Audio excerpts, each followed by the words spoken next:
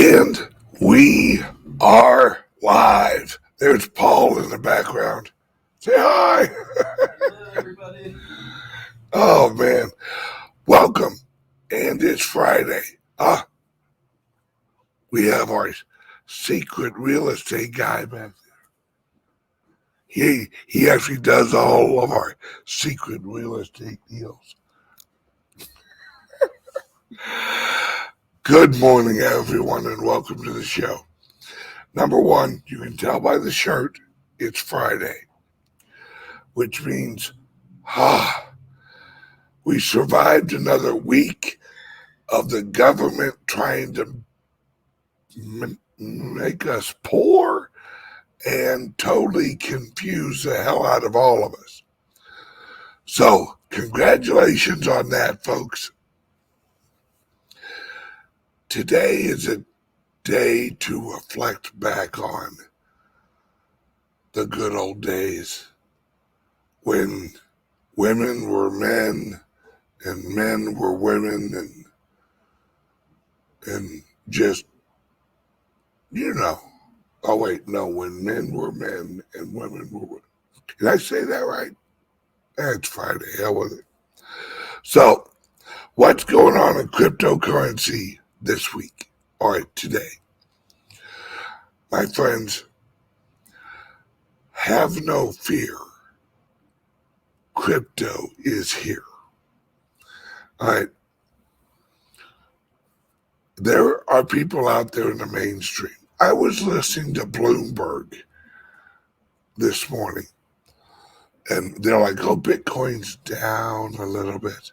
The retail price is down. I can't tell you, my friends. I cannot tell you how, if people knew how many people were buying over the counter right now.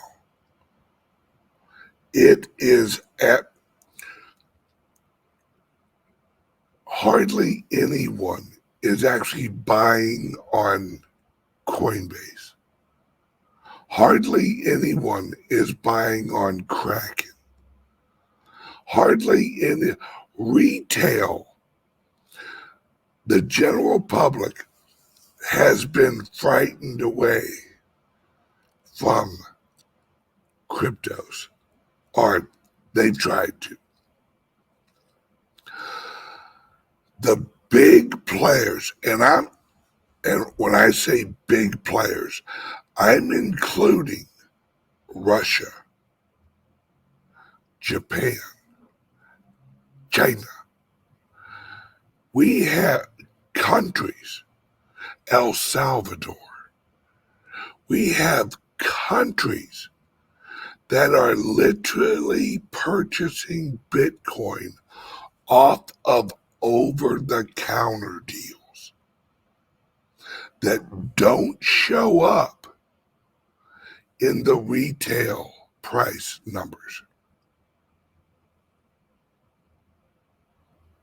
Why would they?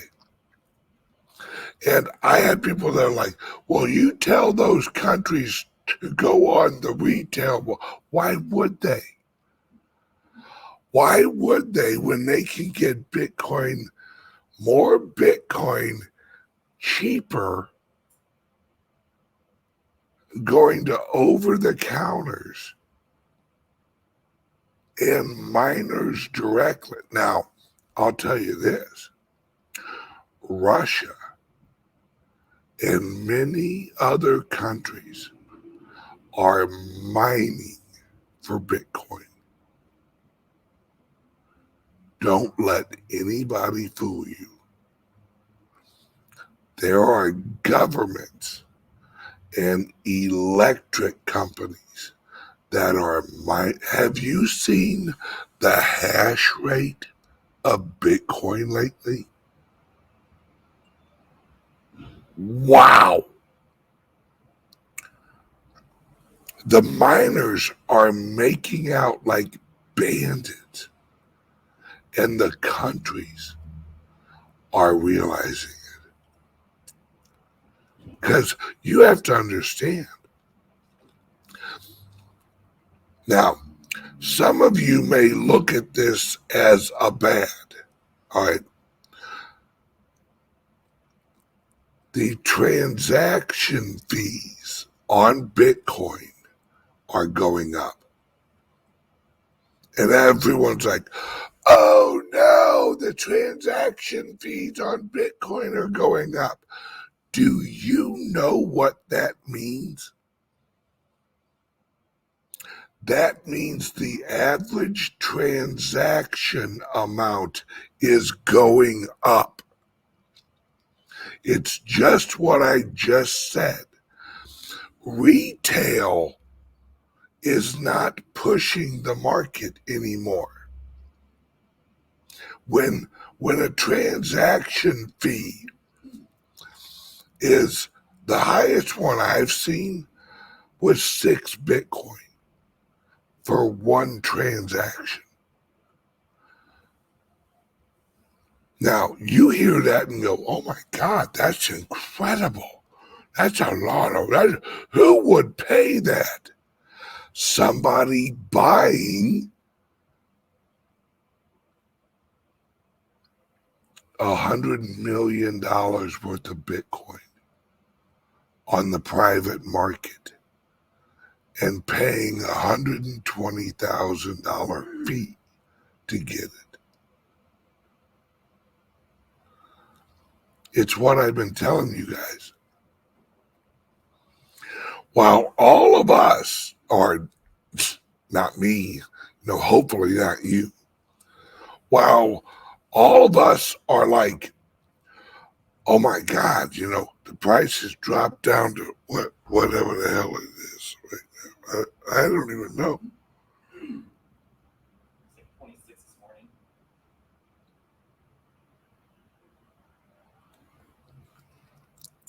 Find out in a second.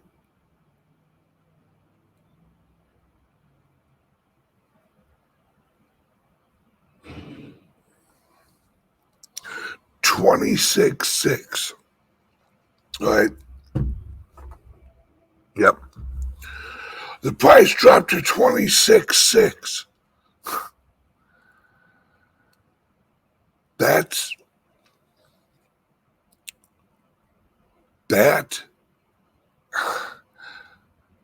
an opportunity. Think like a rich person. Don't think like a poor person. When you think like a rich person, you get excited when the price goes down on a commodity that you're going to hold for the next 20 years.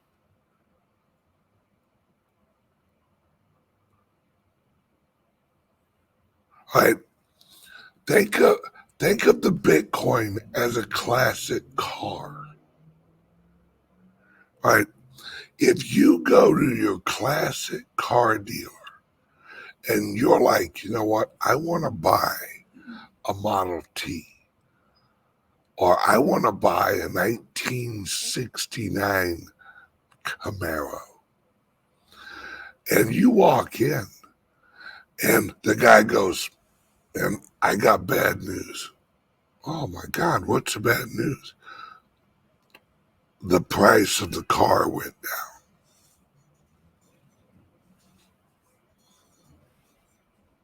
What? The price of the car went down. Okay, why is that bad news? Because now you have to pay less for the car that you're going to buy and probably keep in the garage for the next 30 years. Wait, so how is that bad news?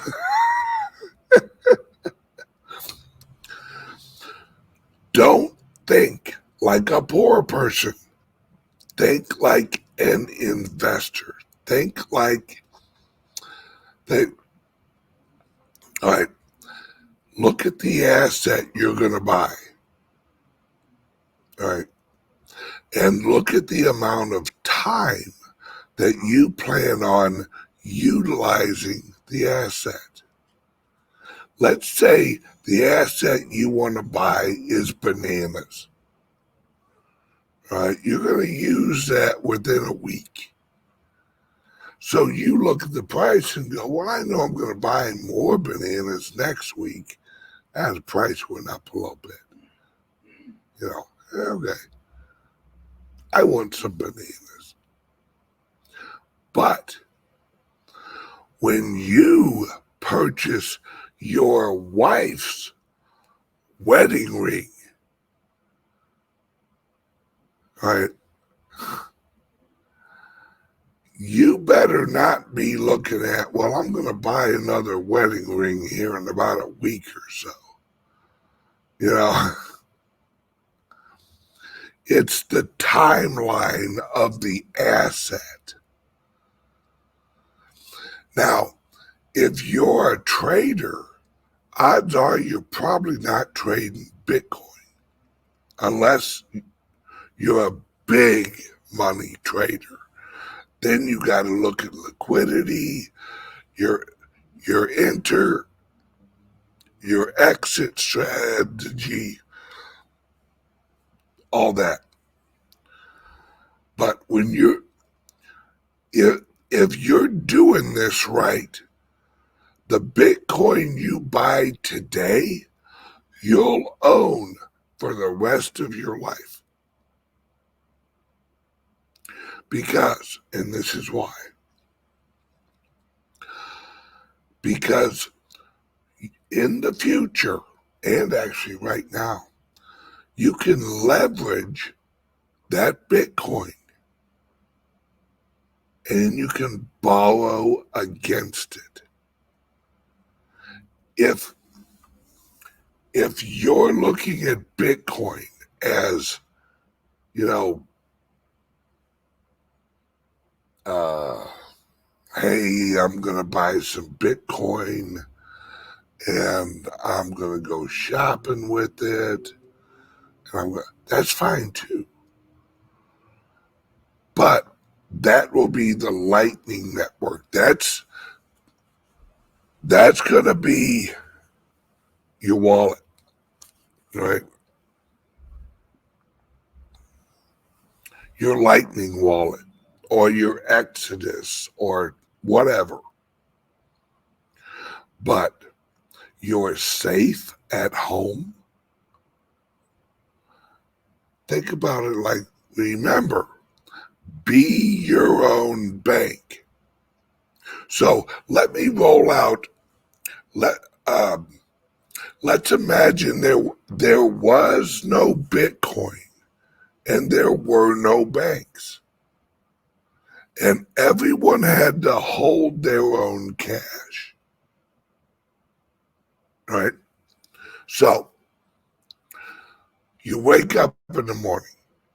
You're like, okay, today I'm going shopping at the store. I got to swing over and get some gas. So you go to your safe, all right? That's your CALIX Solutions laptop. And if you don't know what a crypto-only laptop is, click the link under here and check out CALIX Solutions crypto laptop. That's your safe, all right? You'd go to your safe and you go, okay, well, I need about $150. So you open your safe and you count out $150. Then you close your safe, lock it, spin the wheel, and off you go. You put the cash in your wallet. That's your Lightning wallet. You go out, you go get some gas, voila, there you go. That's if there was no Bitcoin and only cash, but no banks. That's the be your own bank. If there was no Bitcoin and there were no banks, and you were literally being your own bank. You'd have your safe and you'd have your pocket money, right?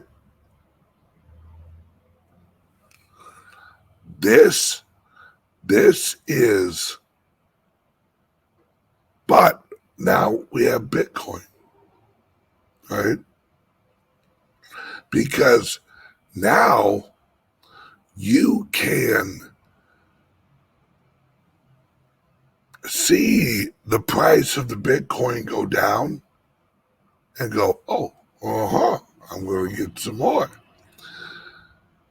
That's like loading up your freezer with meat when meat goes on sale.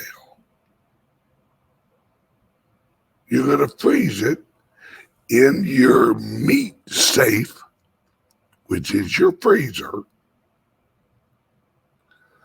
And later on, when you want a T-bone or whatever, you pull it out, you cook it up, voila.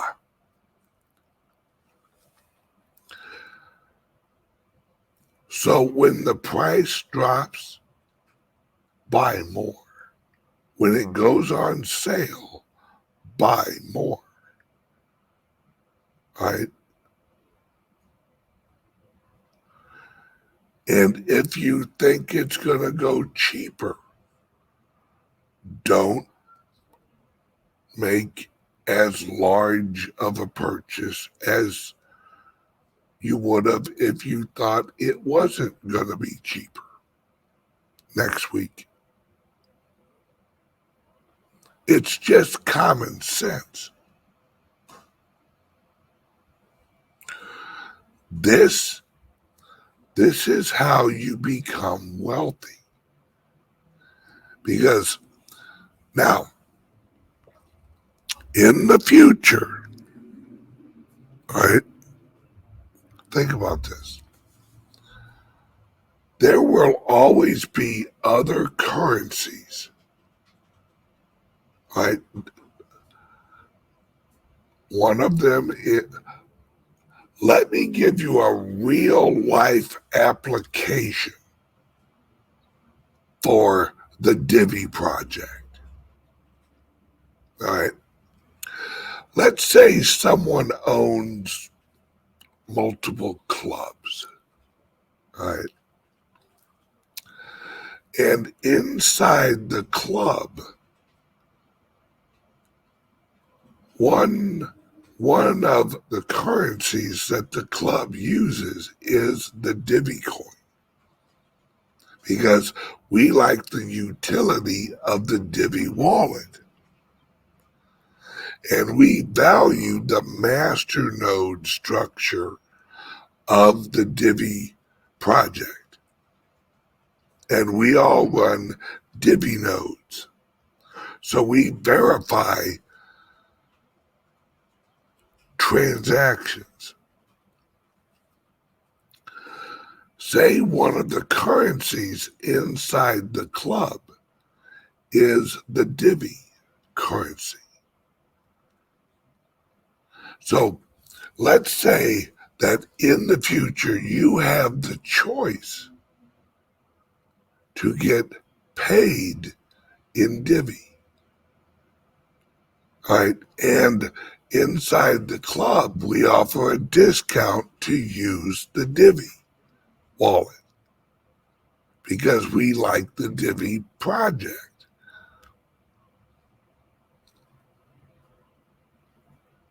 And we like the utility of the app. And we like the structure of it. So you're like, okay, well, I want to buy some things up at the club. I think I'm gonna get paid out in some Divi. So you get 90% of your QR code sharing the app for the club payment You get 90% paid out in Bitcoin, but you get the other 10% paid out in Divvy. And you take that 10% and you make your purchase at the club while it's on sale using Divvy. See,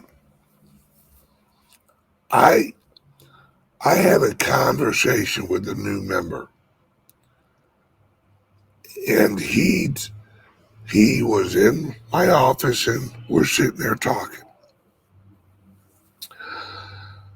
And he's like, well, what do you think's going to replace Bitcoin? And I said, nothing's going to replace, Bitcoin. And he goes, well, I mean, it's not always going to be number one. And I go, yeah, it will.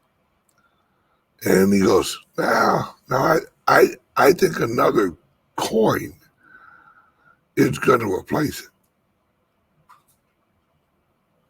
And I said, well, let's talk about that.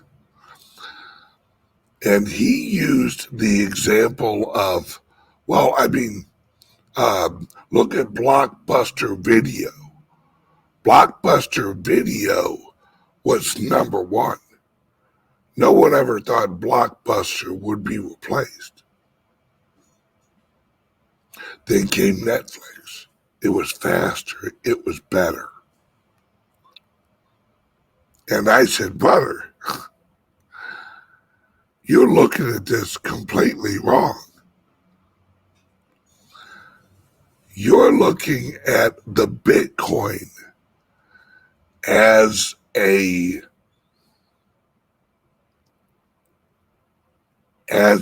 technological opinion on distribution. What Bitcoin is the video, the idea that Blockbuster is built on top of. Netflix made watching videos cheaper, but that's the equivalent would be Lightning Network. So Lightning Network on top of Bitcoin makes Bitcoin cheaper to use. But Blockbuster is also the Lightning Network. Because in the old days, see, Bitcoin is the idea. Bitcoin is the video, not the delivery of the video. Bitcoin is the idea. That's the difference.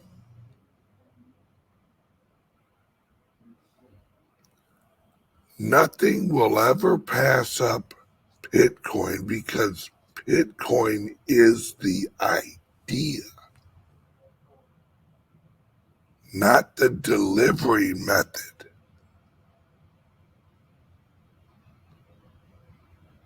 See,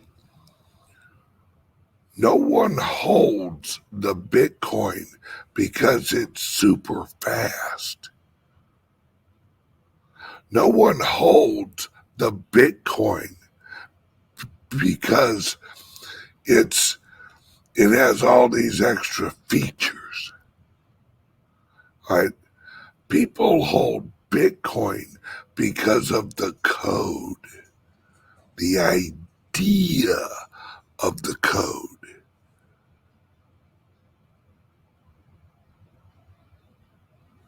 That's the difference. Yes, exactly. Right. Bitcoin is the genesis. Yes. Now, Litecoin and Divi and all those are opinions of the idea. See, Charlie Lee had an opinion of the idea.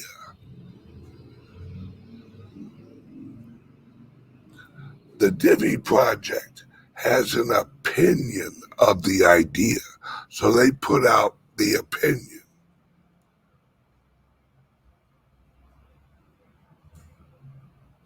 And some people agreed with the opinion.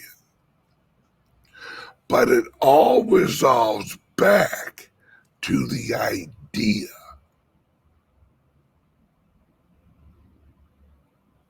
That's why see, remember, money is an illusion. Value is an illusion.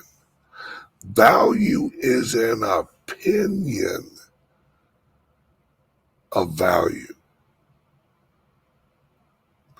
Everything's an opinion. So I was explaining why the Bitcoin maximalists are wrong. See, the maximalists are looking at it from a technological point of view and not a human psychological point of view. You cannot be a maximalist of an idea. The idea will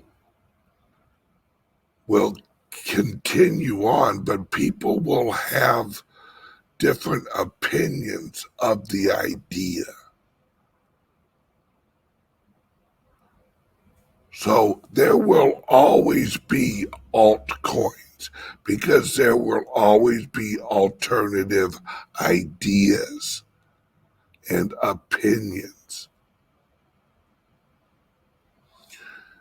If you have two humans in a room, you have conflict at some point because of opinions.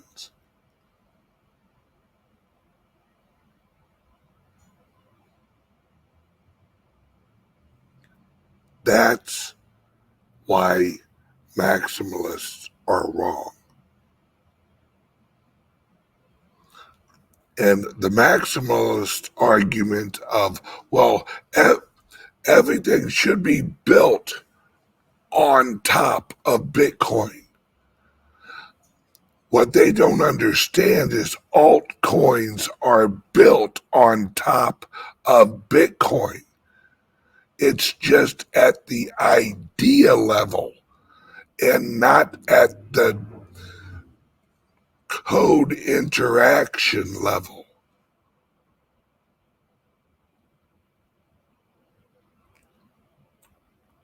See, I'm talking at a deeper level than the maximalist.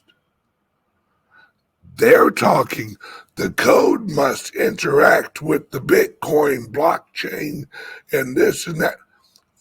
That's fine. But in reality, the altcoins do interact with the Bitcoin idea in the human perception of value. It's just a different opinion of the idea. See, this is what makes my show completely different than any other. Oh no! The price of Bitcoin's dropping. Because not all shows, But a lot of shows, they're not, I don't want to call them stupid. They don't look at the original source.